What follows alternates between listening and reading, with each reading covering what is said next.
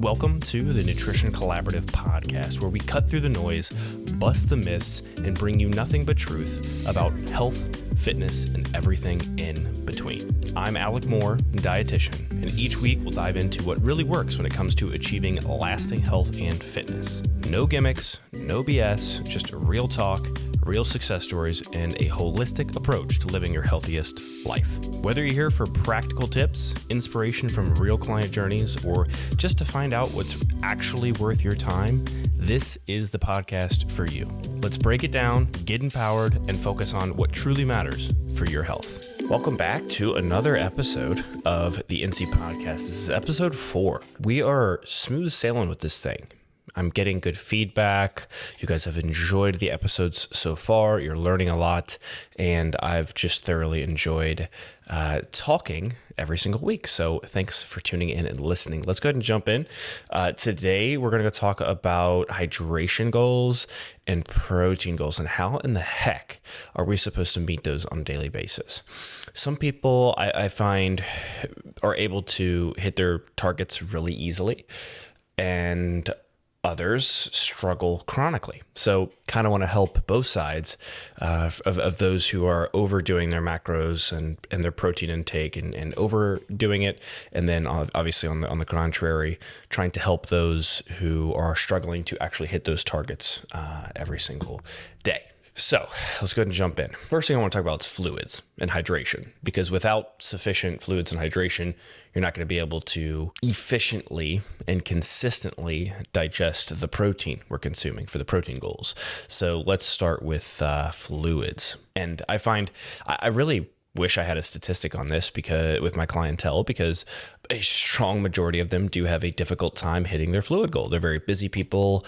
They are up and at them, first thing in the morning very early to take care of their kids and prepare for their own work day, their kids' school days, etc. And so the first thing we ingest in our bodies should be water.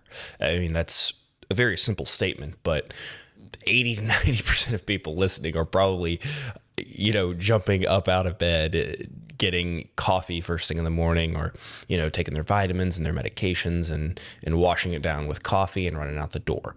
So the first things first, you're not going to be able to hit your fluid goal every day if you don't start drinking until noon. Same with protein. We're going to get to protein a little bit, but you can't hit your protein target. You can't hit your fluid goal if you start at noon. That's the first problem. So we have to start early, no matter what it is that we're trying to consume by the end of the day. So you want to start early. Plus, hydrating nice and early first thing in the morning, it gets your digestion going.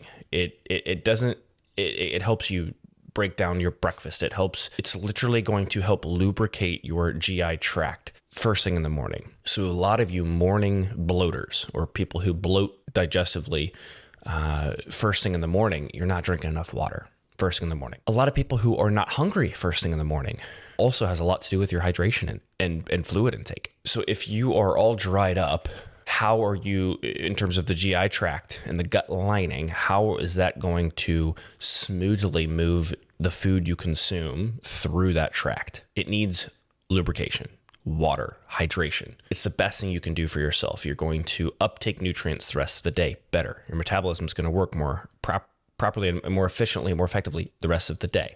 Mind is going to work better on the drive to work, at work, and the rest of the day in the gym. The first thing, again, to reiterate, the first thing we should be doing when we wake up is drinking water. Roughly 16 to 32, depending on who you are. Okay, I'll say 20 to 40 ounces. How about that?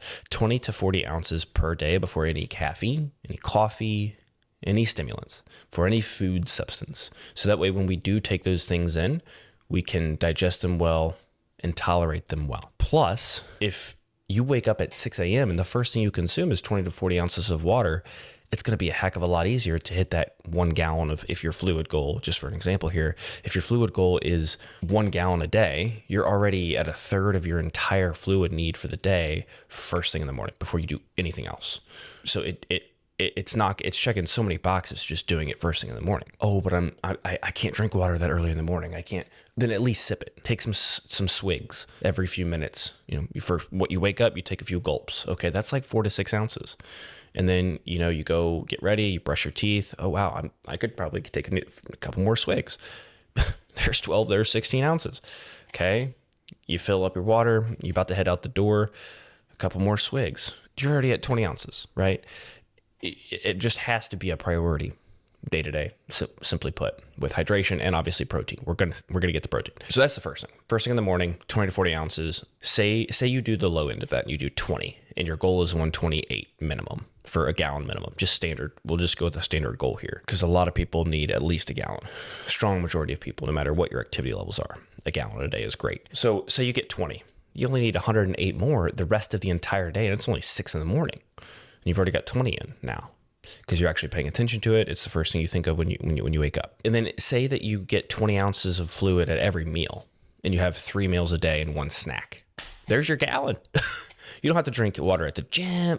That's not what I'm saying. I'll extend on that, or I'll elaborate on that point in just a moment. But like you drink 20 first thing in the morning.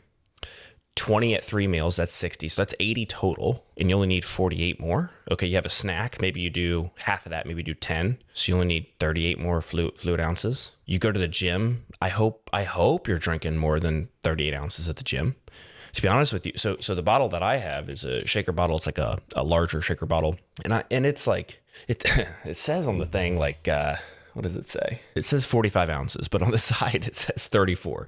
So I don't believe the 45. So it says 34, and I fill it to probably about 38 every time. So roughly 40. And I drink probably 2 to 3 of those at the gym alone. I'm drinking nearly a gallon of water at the gym alone. Your blood volume for good workouts, good pumps in the gym, good mind-muscle connection, good hydration for what you're trying to train, you need a lot of water at the gym. So if you go to the gym 4 or 5 times a week, then 4 or 5 times a week, it should be ridiculously easy to get your fluid goal in. It should be, wildly easy to get your fluid goal in on the days that you work out. So if you're doing 20 per meal, 20, and this is really on the low end, 20 per meal, and you're doing 3 meals a day, 10 per snack, and you do 2 snacks a day. I just upped it, right? So we only need 28 ounces from the gym. I'm throwing a lot of different numbers at you. I know it. Hang in there. But I guess the point of what I'm trying to say with all of this is dividing it up, distributing it throughout the day, and not trying to drink like a half a gallon first thing in the morning and then a half a gallon later in the day. Another note here is a lot of people will say, well, it makes me pee a lot. I have to drink, or drinking all that water makes me pee so much. But if you're drinking your fluids at the right times, it shouldn't cause you to have to pee a ridiculous amount. Yes, you'll have to pee because that's human nature, and that's a good thing. It means you're hydrated. Now, peeing every 10 minutes is a little bit different. Probably shouldn't be happening. You probably need to increase your sodium intake, and you might even need to allocate more fluids around your meal times or snack times so that it can help digest and absorb the food and actually get into your body versus just excreting it out. So if you're always drinking fluids on a very empty stomach, that is why you're peeing way too much, because it's an empty stomach. You don't have a lot of food to take in the fluids with digestion and absorption. So you're just peeing it out. I'm going to go into protein here in a minute, but I hope this makes it easier to think of water differently throughout the day. As simple as water is, right?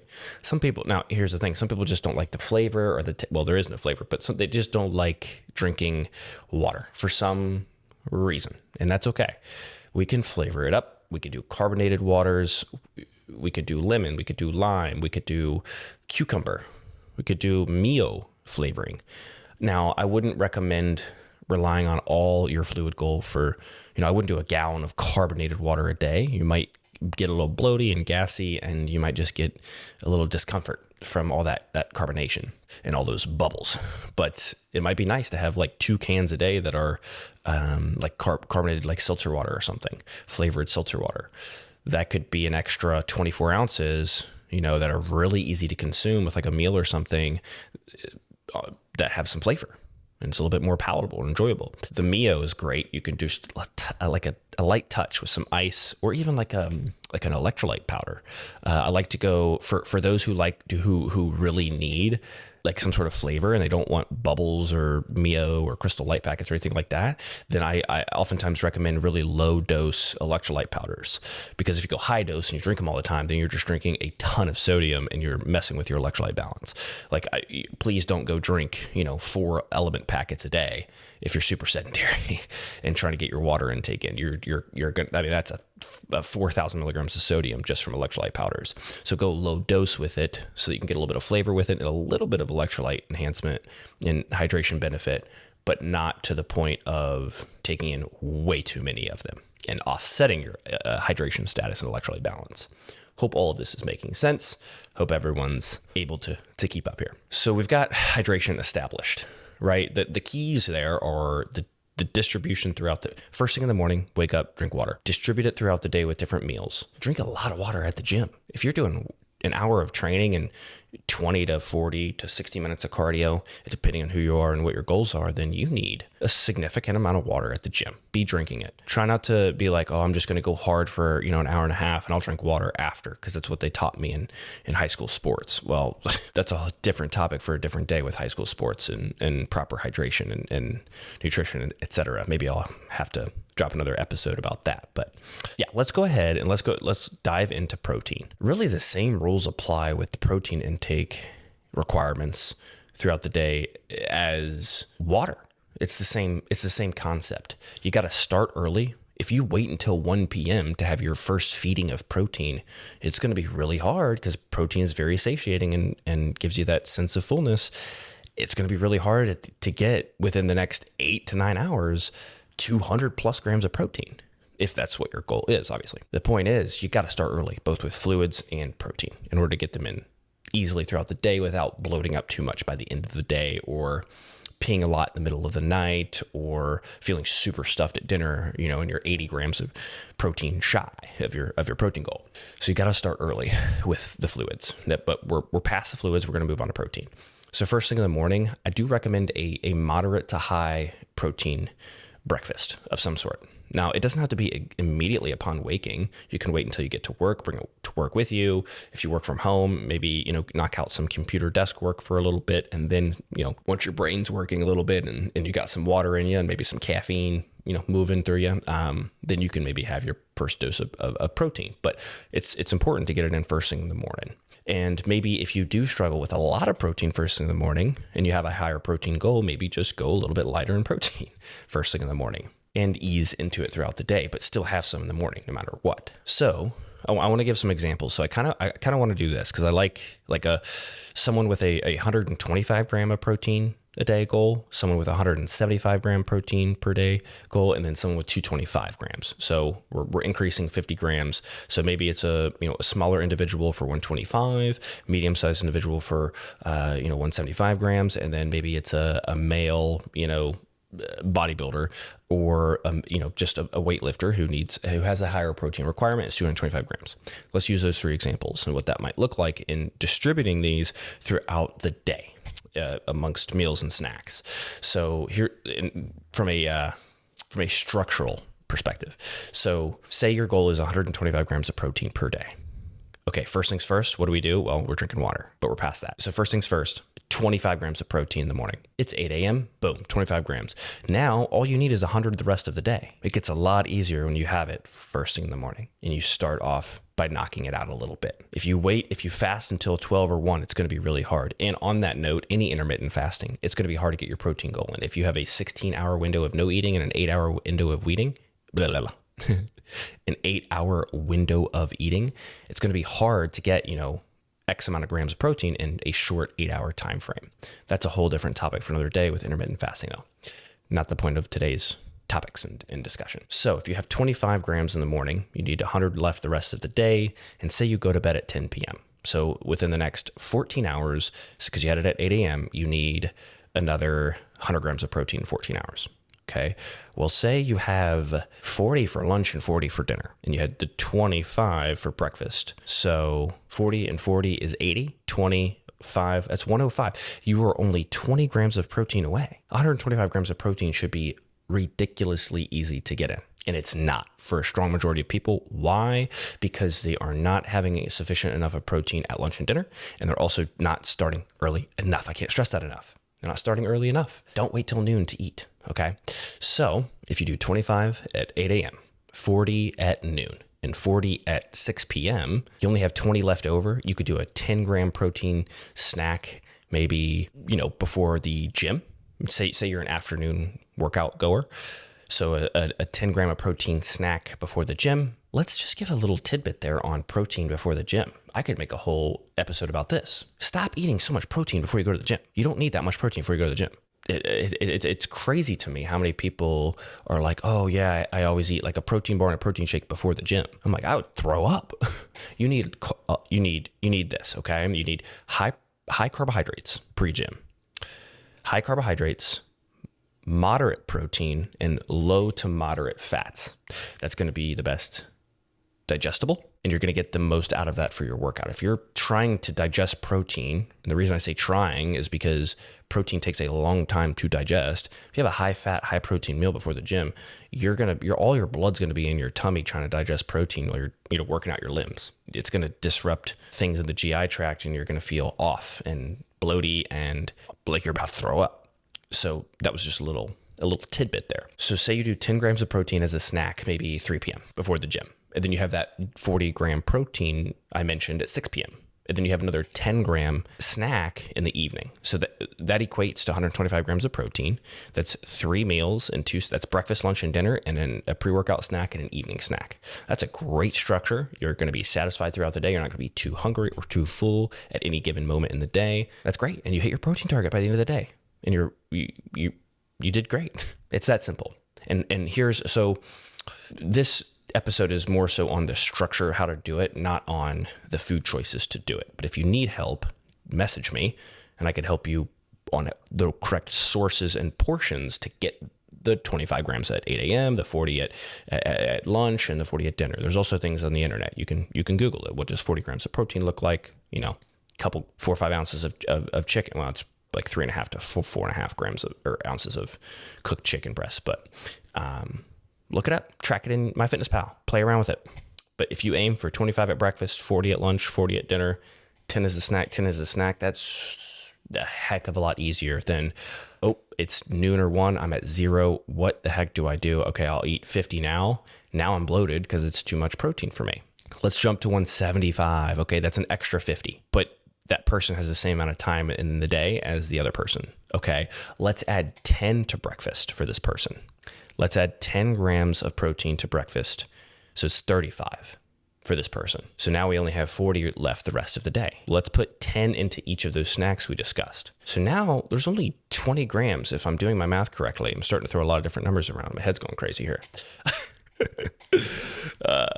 So 35 at breakfast, 20 at each snack. That is 75 already, and they just need 100 more. And they do 40 at lunch, 40 at dinner. Now they only need 20 more.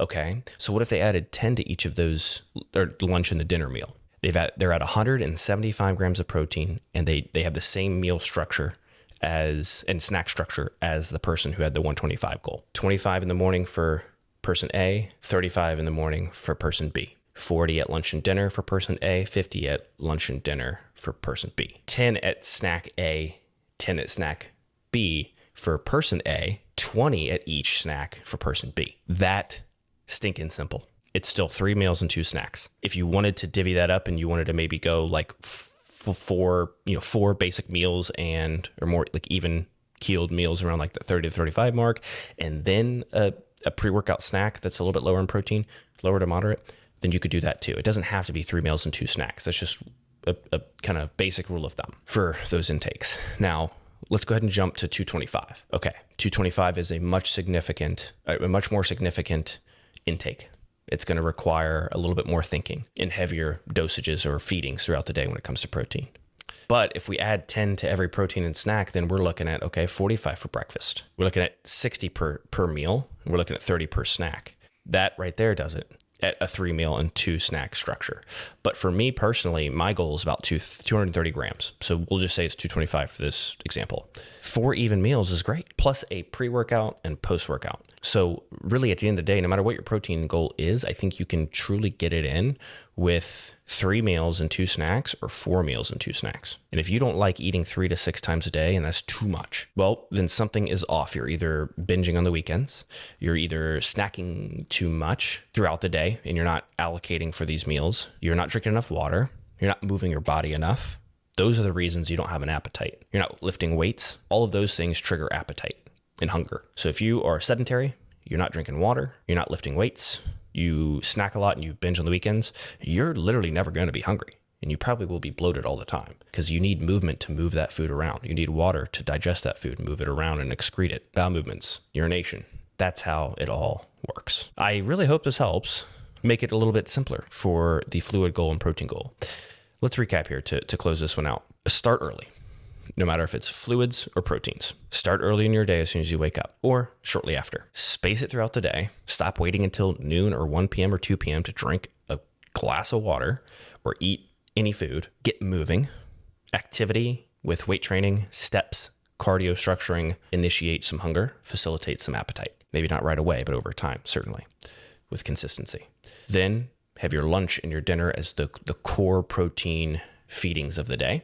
Midday, somewhere in the mid-evening, and then a couple snacks throughout the day at a moderate protein intake, and voila, you hit your protein goals, you hit your fluid goals, and you're not super stuffed, and you're not peeing all night, and you feel great, and you're moving and you're grooving and you're trucking along. That's perfect. All right, so I hope this helps. Let's keep hydrating as best as we can. Let's keep getting our protein as best as we can because those two are the most important on this journey, to be honest with you. Great hydration and great protein intake. Both are so powerful, and the large majority of Americans are not getting enough of either throughout their day. They're just not paying attention to it. So pay attention to it, get it in early, space it throughout the day, and let's keep hitting those targets. Thanks, y'all. I will see you next week.